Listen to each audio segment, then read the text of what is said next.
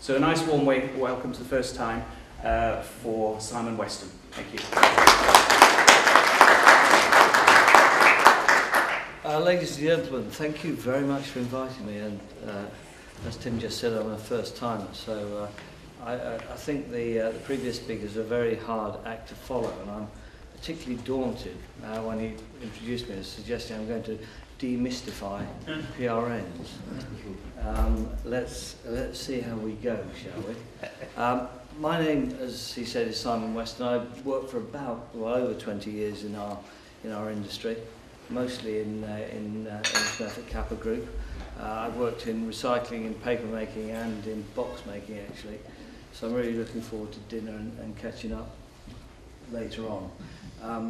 And I suppose I picked something of the short straw in being asked to address you about PRNs, packaging recovery notes, or packaging export recovery notes. Can you hear okay at the back, or do I need to adjust the microphone? Is it okay? Can you turn it up at all? Okay, yeah. I'll just centralise the microphone, that's all right. Okay. Thank you. What I'm going to try and talk about, what I will talk about, whether I'll succeed in helping your understanding is another thing, is why do we have PRNs and who's affected? How does the system work? Why has the price risen so sharply recently? And what about the future? Because I think what's happening at the moment with regard to European policy will have very significant bearing on the future of compliance, future cost of compliance.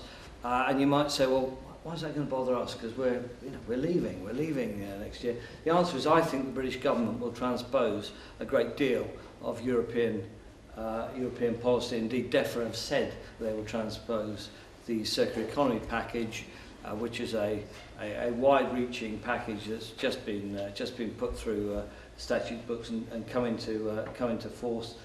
And we will have it. We will wear it whether we want to or not.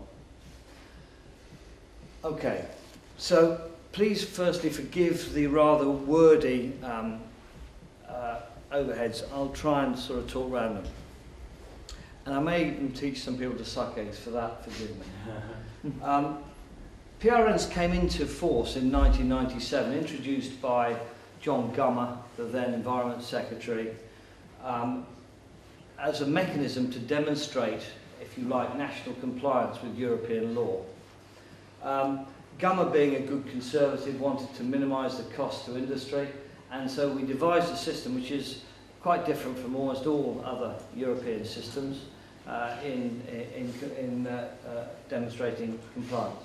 It's a legal obligation, and it's essentially used to implement the European Directive on Packaging, and we've transposed it through the producer responsibility obligations. So if you qualify, your business is obligated, and I'll talk a bit about that. The whole system is based on the principle of producer responsibility, and we might all have a different view about what a producer really is, but as far as the government's concerned, a producer is somebody who handles packaging. So you don't have to make it, you just have to handle it. If your turnover exceeds £2 million, or if you handle over 50 tonnes of packaging, that doesn't mean make it, that means it comes through your business. That means it doesn't just mean the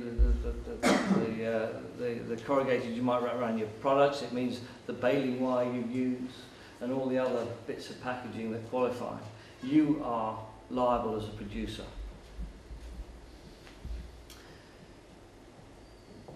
The way it works, and this is where it gets difficult, I'll take questions afterwards in the bar, probably is the best place to take it, is that the government has mandatory targets.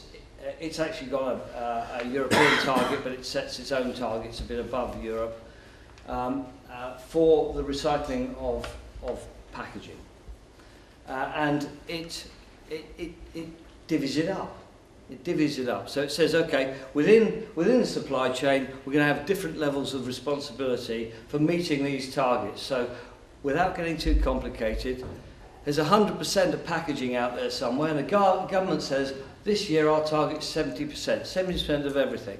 And the way we're going to divvy that up, I told you it wouldn't be easy, well, the way we're going to divvy that up is we're going to say to the supply chain, okay, depending on where you sit in the supply chain for packaging, you're going to have different responsibility. I can see eyelids dropping already.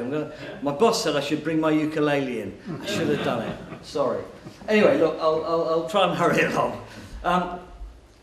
At the lower end, so you guys down this end have a relatively small responsibility for discharging your duty to the packaging regulations. Up the top end here, the sellers, so that's our well-known high street stores, and the packet fillers, the brands, they have a much bigger slice of the pie. Okay, I'm actually quite surprised. When I rang Valpak doing my homework on this and said, look, where do you think these sheet plant guys sit in the responsibility? Because I was quite surprised that you guys were in this at all, because I suspect that if you guys have heard of PRNs at all, it's through a compliance scheme. So you're probably a member of Valpak. If you qualify, you'll be a member of Valpak, BIFPAC, PaperPack, and one of these other compliance schemes, and they fix it for you. Essentially, you pay them a fee, they buy your PRNs, and they sort it out. So I was slightly surprised to be asked to come and talk to you at all about it. But I asked Valpak, who are the biggest compliance scheme to my knowledge, where you fitted. And they said in there, I said, well, are you taking fees from these guys? Not to their knowledge, so interesting that Valpak couldn't give me an absolute nailed down answer on whether you guys should in fact even be buying PRNs. Interesting times.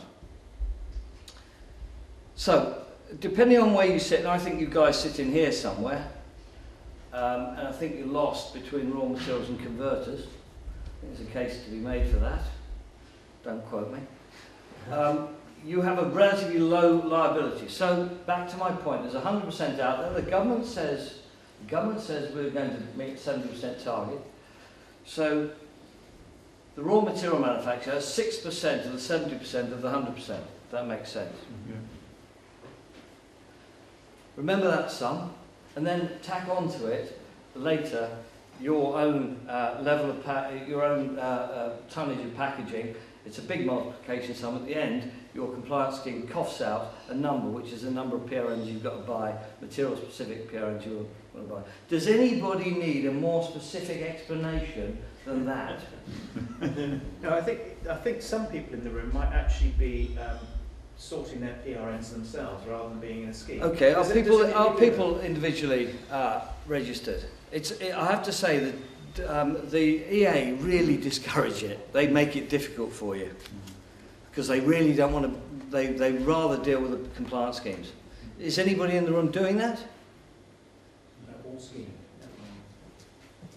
I suspect people who are, who are. Look, now let me explain. Now you've got the sort of principles. Let me explain how the system works. A PRN is a document that you have to brandish to the EA to demonstrate that you have contributed in sufficient value to the packaging that you've put on the market. I say put on the market as a producer. So you've handled this stuff, or it's come through your premises, or indeed you've put it out there. And a PRN or a PERN, so a PRN is a packaging recovery note, and a PERN is a packaging export recovery note. And they're the same currency. They started with PRNs, and then they realised, in fact, that they had too much, they had excess capacity in terms of the amount of material that was available for domestic recycling. So they realised that they had to use exporters and outlets to move material on, and devise the PRN as an equivalent. So the way your compliance, I guess, because nobody's doing it themselves, and those that are registered with compliance schemes, the way your compliance scheme works is that it calculates for you, should calculate for you, your liability, and then it should purchase for you either your material specific. So the way it works is you have a material specific obligation within your business, and you have a general obligation. And there are targets for each of them. Oh, sorry, wrong one. didn't mean that. There are targets for each of these.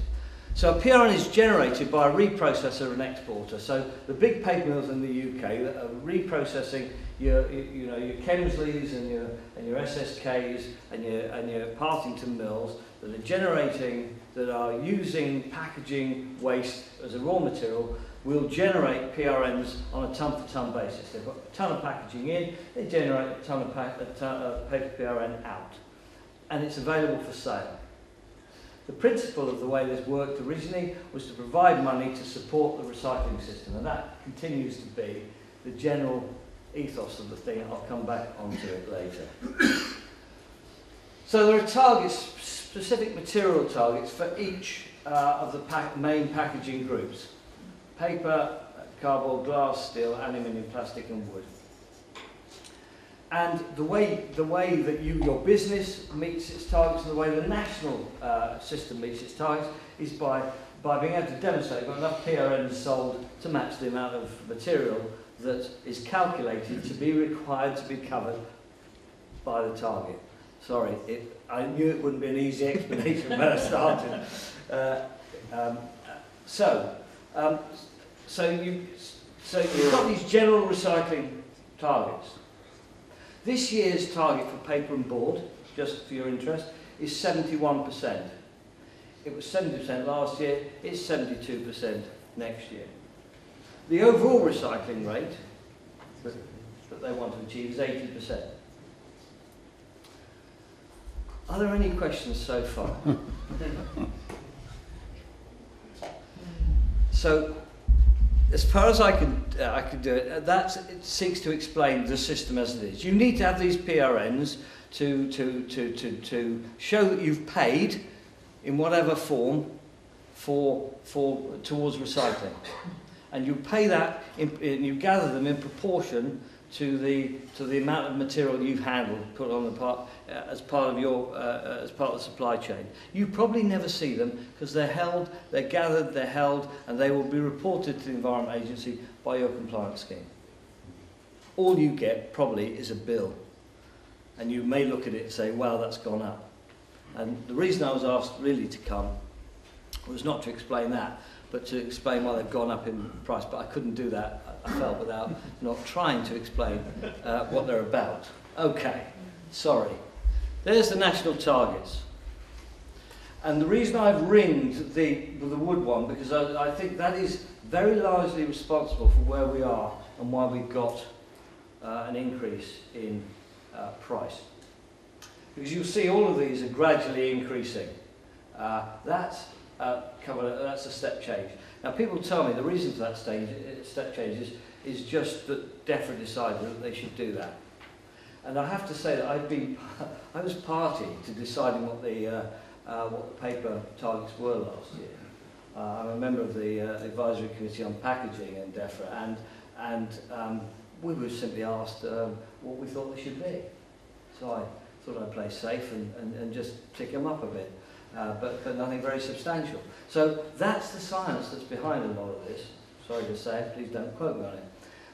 But they decided that wood was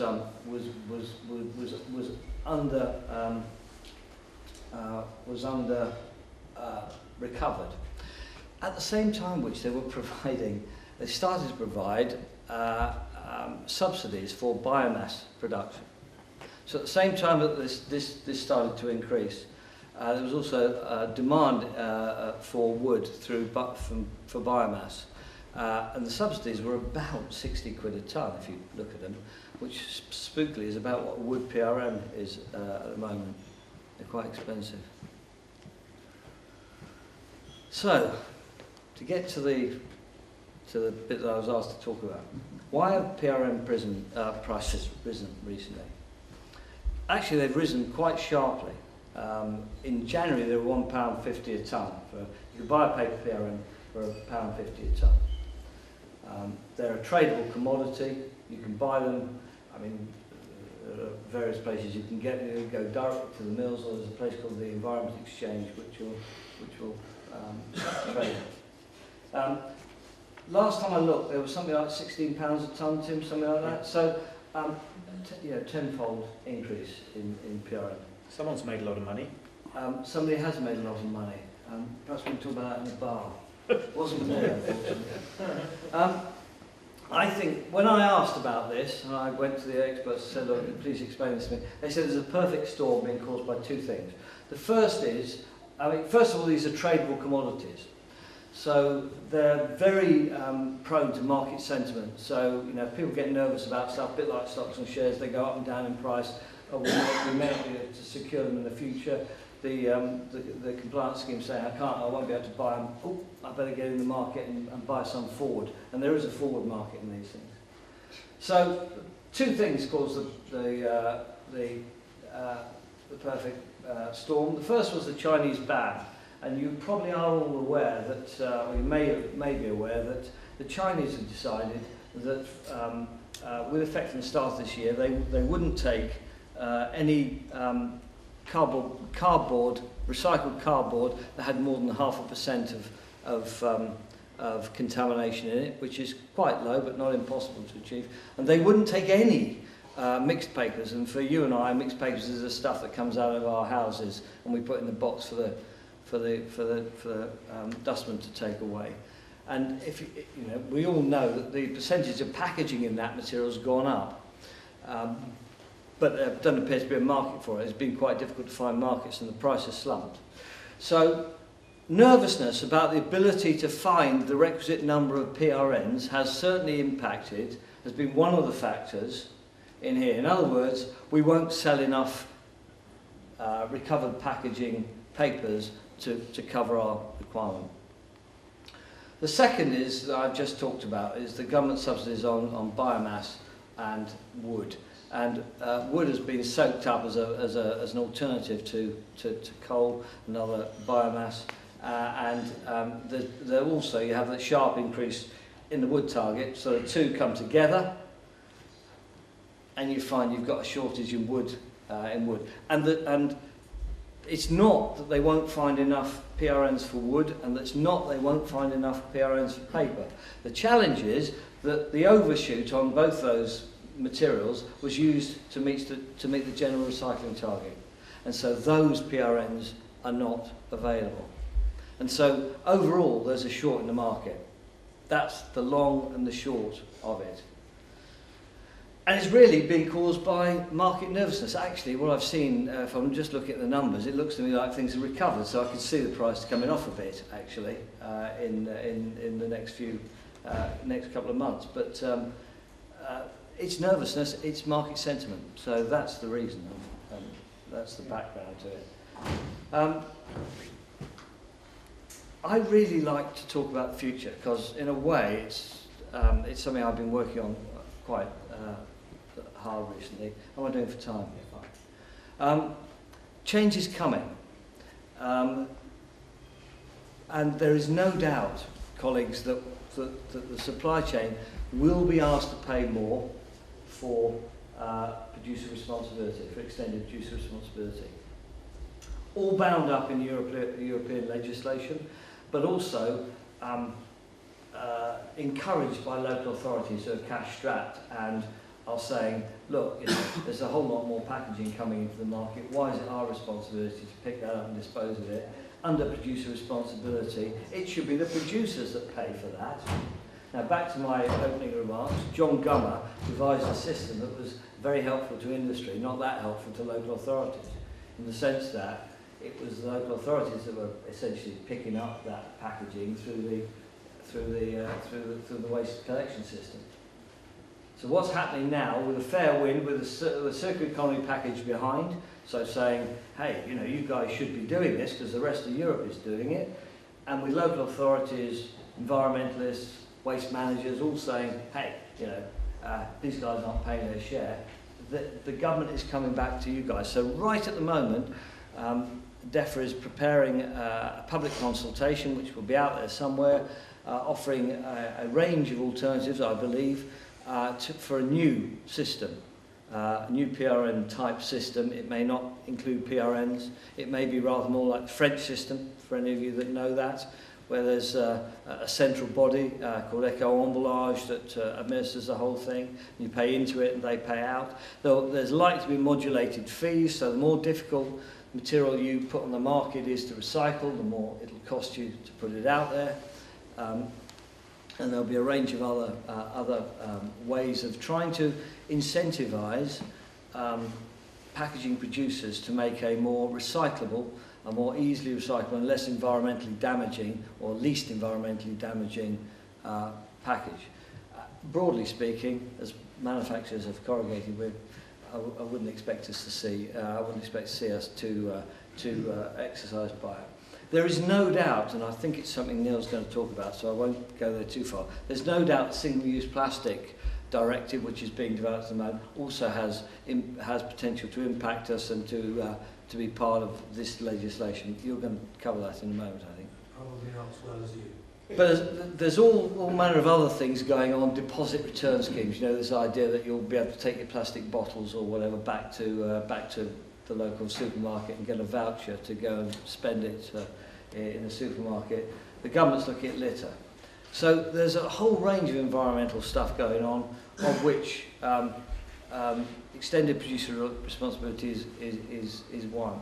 How that model will emerge from DEFRA and the public consultation, I don't know. They have an ambition to have it in place in 2021, so time is relatively short. But my kind of finishing note is that I don't expect the costs of that to be any less than the cost of PRNs now. In other words, the estimated increased cost of compliance for all of, for us will be 10 times what it was, i.e. 10 times the £1.50. So I expect it to be 15 or 16 quid a tonne for a paper PRN. Expect plastics and others to be much higher. That's the point. Those materials that are difficult to recycle will be more expensive, and there's the opportunity for us. Great. Thank you very much.